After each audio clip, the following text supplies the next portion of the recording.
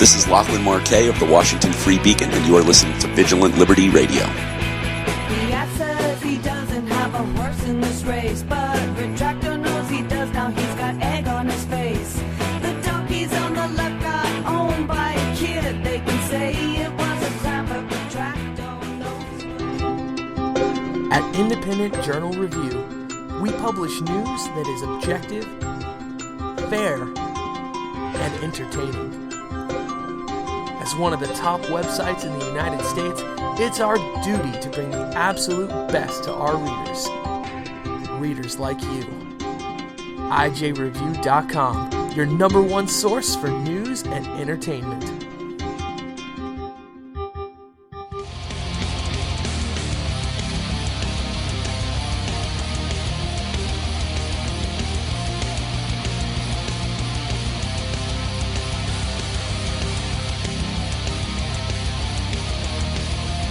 Hi, this is Matt Lewis from the Daily Caller, and you are listening to Vigilant Liberty Radio.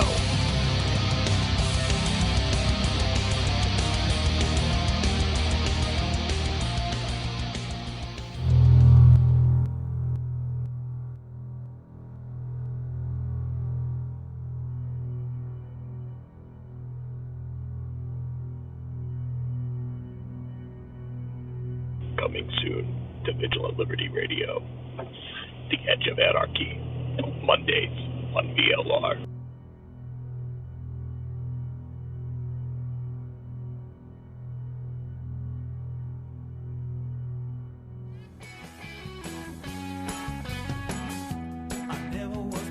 Hi, this is Taylor, and while you're listening to all the other great shows here on Vigilant Liberty Radio, be sure to check out my show on Saturday nights called Saturday Night Cigar Lounge.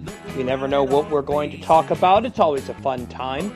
That's Saturday Night Cigar Lounge, Saturday nights, 10 p.m. Eastern, 9 p.m. Central, here on Vigilant Liberty Radio.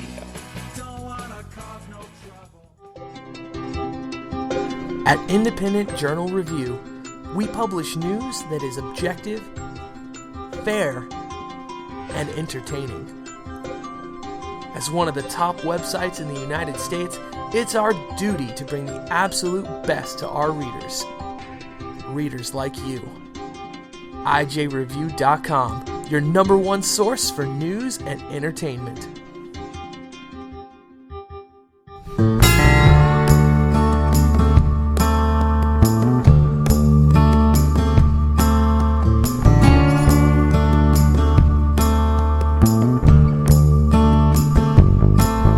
Bring us in, man. Okay.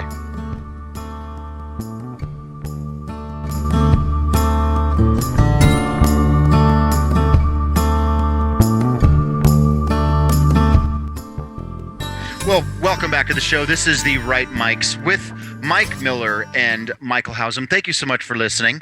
So for this half of the show, we would love to take your phone calls if you'd like to call in.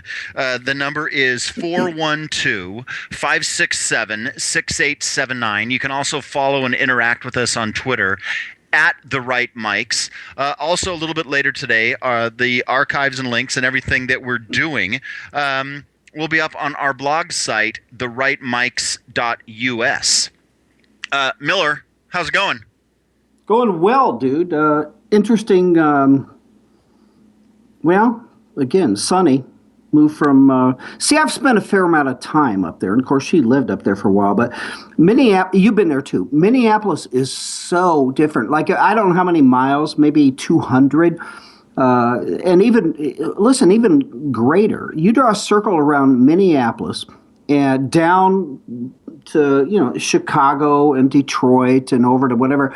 Minneapolis is so different from the Midwest. It might as well be a whole lot closer to where she lives now. Could be. I don't know. And you know what, man? I couldn't... When I was back there, I didn't notice much of a distinction between the city and, like, my brother lives right on the border between Chanhassen and Excelsior, and I typically think that everybody's kidding around with the way they're talking.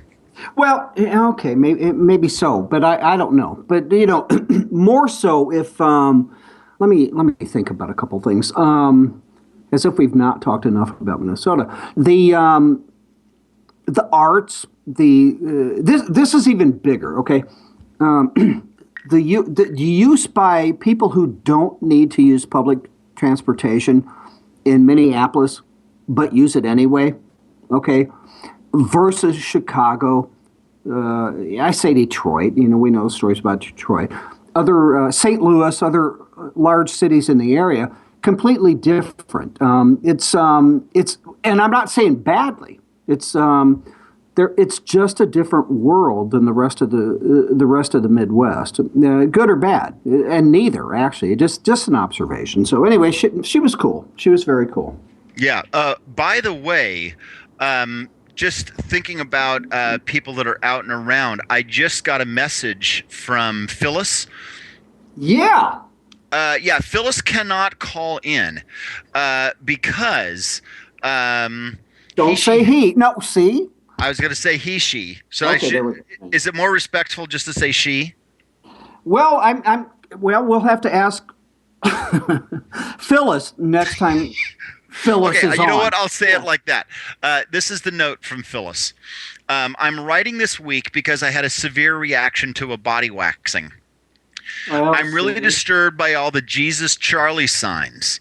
I mean, who are they? Are they trying to piss off the Muslims who don't believe in Jesus? See, what is the point of? What was that? I just said, see, Phyllis, once again, not getting it, but go ahead. Are they trying to piss off the Muslims who don't believe in Jesus? What is the point of rubbing their faces in that? What did Phyllis say about? Charlie. Who was she talking about? Charlie, whomever. Last time, I said she. We have to say Phyllis every time we want to go to a pronoun. What was Phyllis talking about? She was say I just can't do it. Confused about Charlie someone. She was, never mind. I can't. Something about the Charlie Hebdo. Yeah, but Phyllis, I stopped myself that time, was confused with Charlie someone else. Right. You know what? I don't remember that, but I do think that's a good. I think that's an interesting observation. I think I will send a note back to Phyllis saying that it's not Jesus Charlie. Yeah. It's Je suis Charlie. That's the French language. Yes. And Phyllis, see, we have to train ourselves to only say Phyllis until we have Phyllis back on, and Phyllis tells us how to refer to Phyllis. Because we don't want to be insensitive. No, we're nothing but sensitive here on the right mics. All right, Mike. So we've got a bunch of, exactly. Yeah. So a bunch of stories that you sent me, I sent you that we wanted to talk about today.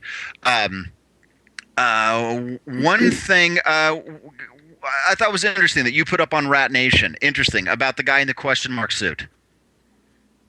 Well, given that I'm old, first of all, let me ask you a question. Do you remember that guy? No. Okay, so we don't need to talk about that. Well, I'll just mention it real quick. Those of you who remember the this would be 60 seconds. The infomercial guy who wore the bright green suit, he had dollar signs all over it. This dude did infomercials that were hilarious, and it was shilling for his book. By the way, I sent you that just because I thought you would think it was funny. Selling this book, telling us how easy it was to get free money from the government. You never saw those? They go back. No, I don't remember them. Look, listen. Just kind of for humor's sake. After the show, sometime, just Google that guy. I'm sorry, YouTube that guy. His name's Matthew Lesko. He was a complete cartoon. He was running around D.C. telling us if we bought his book, that he would share with us all of the very easy ways to get free money from the government. Okay, so it dawned on me this morning. I'm thinking to myself, dude, I've not seen any Matthew Lesko infomercials for like years. I wonder what happened. And then the part that also dawned on me that he's obviously been replaced by Barack Obama. To get free money from the government. Okay. Why have to buy a book, dude, when you can just jump on board the Obama Express? So anyway, that was just kind of a humorous thing that I sent to you to reiterate the point. Well, no, that's a good point, and especially in the context of obviously the community college thing that just came up the other day, and there was you know what? I tweeted about it. There was another thing that he's just proposed. Shoot, have you followed that? Do you know what that is? That the president's just proposed giving away? No, I don't. Oh, man, there was something I just tweeted about. I'm going to have to go back to my timeline. There's another program that he has just suggested that's basically another government giveaway. And we're both shocked, right? Yeah, you know what's amazing to me about this? All of these great ideas, why is it now, just once the Republicans have taken over, that he's coming up with these things, man? Well, we get asked the question a couple of years in a row here. Why last year did he immediately? He talks about wanting to work with the Republicans, reach across the aisle. There are no red states, blue states. There's just the United States. All that crap that he ran on last year, right out of the gate, early January. I have a pen. He said, I've got a pen and I've got a phone. And of course, we know what happened with that. Then he comes out this year before Congress, the new Congress, even convenes and talks about veto threats. I've not vetoed very much in however 6 years, but I have a feeling that I'm going to be doing a whole lot more of it now. It's who he is and what he does, Michael. Yeah, by the way, I just found it. It is high-speed, affordable internet. Yeah, go ahead. I'm sorry. Yeah, this is, in fact, I just pulled this off of ABC News, and this is, it's only an hour old. He's speaking in Cedar Falls, Iowa, and he's expected to discuss. I'm just going to read this because it's just making my head cringe. The president is expected to discuss initiatives that will introduce more competition and incentives to build out the infrastructure in rural areas. He's expected to highlight the achievements of several rural areas that have been taken on community broadband projects that have leveraged public and private sector investments to bring high-speed connectivity to places that otherwise may not be served. Spurring investment in other rural areas, the White House said new grant and loan opportunities from the Department of Agriculture would be made available for community broadband projects. He's talked about this. I think it's a headline or whatever now because he's in Iowa making a speech about it, campaigning. Who knew? But in varying degrees, this has been reported for a while. It's about rural America. It's also that corporations should not have precedence over individuals. So where's the money coming from to make that happen in urban America? Rural America. Well, exactly. There's a couple of thoughts that come to my mind as I'm just looking at this. Number one is that it's a Department of Agriculture grant and loan opportunity. So how in the hell you can connect broadband wireless connectivity to the Department of Agriculture other than the fact that it's only the Department of Agriculture that's actually involved in these rural areas maybe? Is that what it is? Yeah, or the fact that we